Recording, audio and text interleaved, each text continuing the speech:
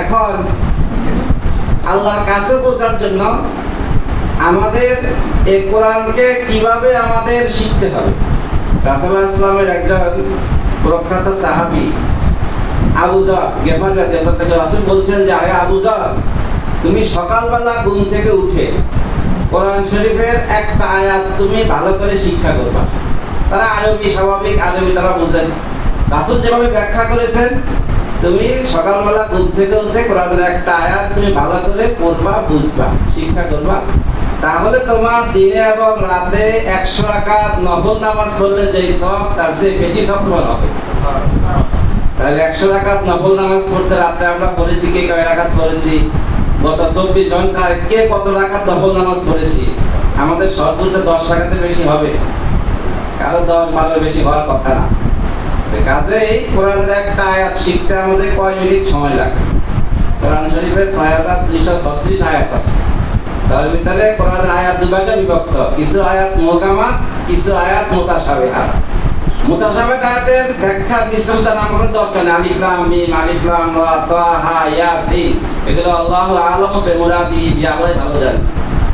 কাজে এই আয়াতগুলো বাদ দিলে কোরআন শরীফে যে আয়াতগুলো থাকে, যদি এই 6236 আয়াতকে একটা মুতাশাবিহাত সহ আমি 1 বছরে 365 দিয়ে আমি ভাগ দিই, তাহলে মাত্র 17 বছর 1 মাস লাগে পুরা 30 পারা কোরআন অর্থ ব্যাখ্যা সহ বুঝতে।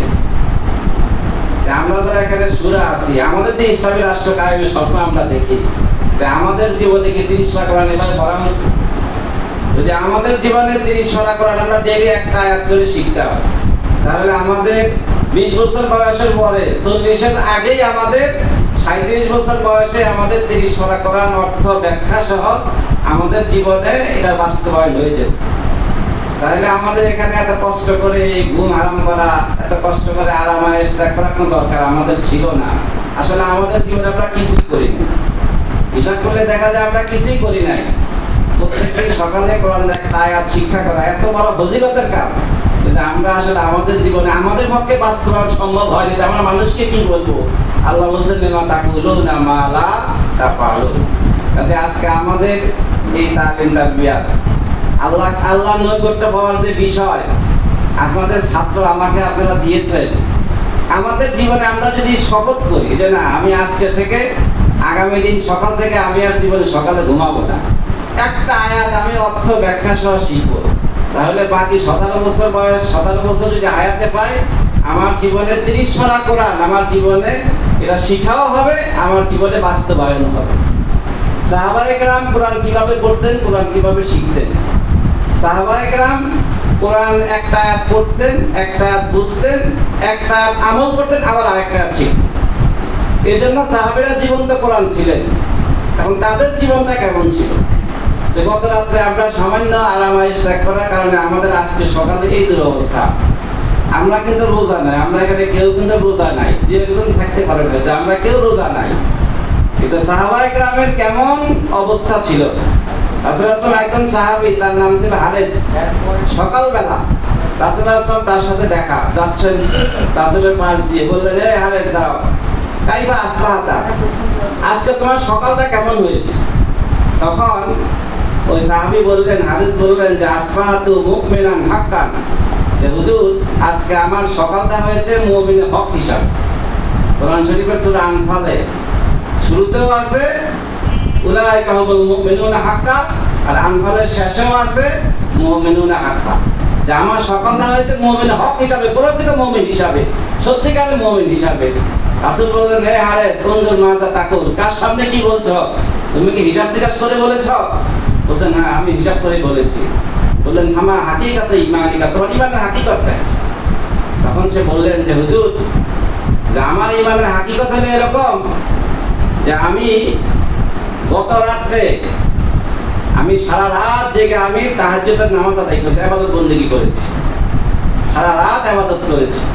ও আসমান নাহারি, আর আমি আজকে সারা দিন রোজা রাখার নিয়ত করেছি। রাত জেগে ইবাদত, সারা দিন রোজা। আর আমার আজকে সকালটা এমন হয়েছে যে আযাবাত নাফসি আনিদ দুনিয়া, দুনিয়ার কোনো কর্মসূচি আমার কাছে নেই। কাজেই দুনিয়ার কোনো চিন্তা, দুনিয়ার কোনো টেনশন, দুনিয়ার কোনো কর্মসূচি আমার কাছে নাই। আমার কর্মসূচি রাত থেকে ইবাদত হয়েছে, সারাদিন আমি আল্লাহ রোজা আমি রাখবো, আমি রোজা নিয়ত করে ফেলেছি।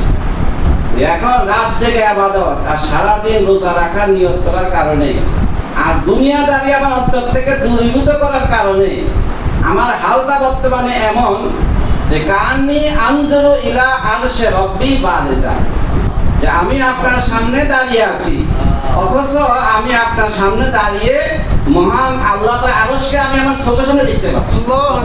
আমার চোখের সামনে আরশ দেখাচ্ছে, আমি আমার চোখের সামনে আমি জান্নাতকে দেখতে পাচ্ছি, জান্নাতীরা সেখানে নিয়ামতের ভিতর ডুবে আছে। ওয়াকান্নি আনজুরু ইলা আহলিন নার ইয়াতাদাউনা ফিহা, আমি দেখতে পাচ্ছি আমার সামনে জাহান্নাম, আর জাহান্নামীরা সেখানে কিভাবে চিৎকার চেঁচামেচি করছে। তখন রাসূলুল্লাহ বললেন, ইয়া হারেস আরাফতা, এবার তোমার সত্যিকারে আল্লাহর মারিফত, আল্লাহর পরিচয় অর্জিত হয়েছে। ফাল জাম, কাজেই তুমি যতদিন বেঁচে থাকবে এই অবস্থার উপরে অটল অবিচল থাকবে। আমরা শুধু নব্বদিনের আন্দোলনের কথা বলি, আমরা সাহাবীদের কথা বলি, ইতিহাস করি, ইতিহাস শুনি, সারা জীবন শুনলেও লাভ নাই যদি তাদের মতো জীবন গঠন আমরা না করি। সাহাবীদের জীবন রাতে ইবাদত, দিনে ছিল রোজা, এই ছিল সাহাবীদের জীবন। সাহাবীদের অন্তর থেকে দুনিয়া একবারে তারা দুনিয়া বিমুখ হয়ে গেছে। আমাদের বর্তমান সময়ে আমরা শুধু শিরক বেদাত শুনতে শুনতে আমাদের অবস্থা কাহিল হয়ে গেছে। যদি আজকের সময় এখানে আপনারা যারা আছেন, আমার সবাই গুরুজন ওস্তাদ যারা আছেন, সবার সন্তান আছে, নাতিপুতি আছে, আজকের সময়ে যদি বলা হয় সবচেয়ে বড় শিরক, সবচেয়ে বড় বেদাত কি, আমরা শুধু এই শিরক বেদাত শুনতে শুনতে মাজার পূজা, কবর পূজা, মিলাদ, কিয়াম, এই সেই শুনতে শুনতে আমাদের কান এখন ধালামাটা হয়ে গেছে। আমি এক মুরব্বীকে বললাম যে মুরব্বী, এক আলেম, আমি বললাম যে এই মুহূর্তে আমি এই ঢাকা শহর ঘুরবো, ঢাকা শহর ঘুরে কয়জন মানুষ কবর পূজা, কয়জন মানুষ মিলাদ, কয়জন মানুষ কিয়াম করে, আপনাকে নিয়ে আমি ঘুরবো, আমি দেখবো কয়জন মানুষ ঘুরে।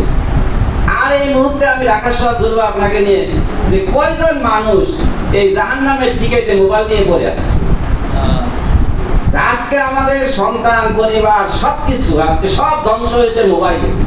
এই মোবাইল জাহান্নামের টিকেট, এই জাহান্নামের টিকেট সব ধ্বংস করে দিয়েছে, কনফার্ম করে দিয়েছে।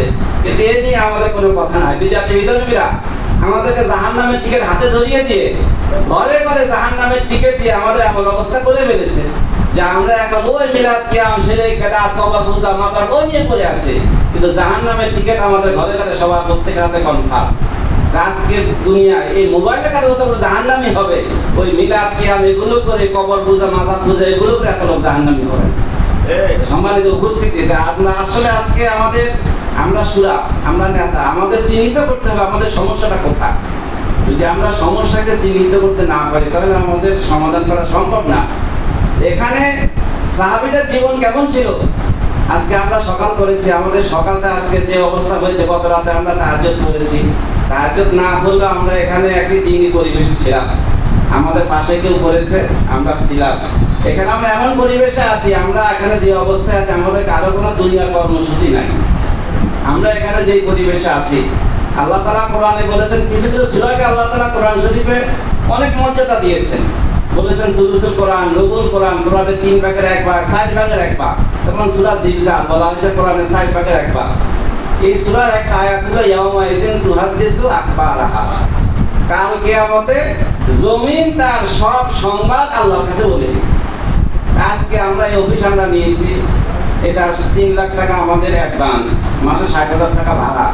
এই অফিস নিতে, এই অফিস ভাড়া দিতে আমাদের যে কত কষ্ট, কত পরিশ্রম, কত কি হচ্ছে, যারা দায়িত্বে আছেন তারা বোঝে তারা কি অবস্থায় আছে।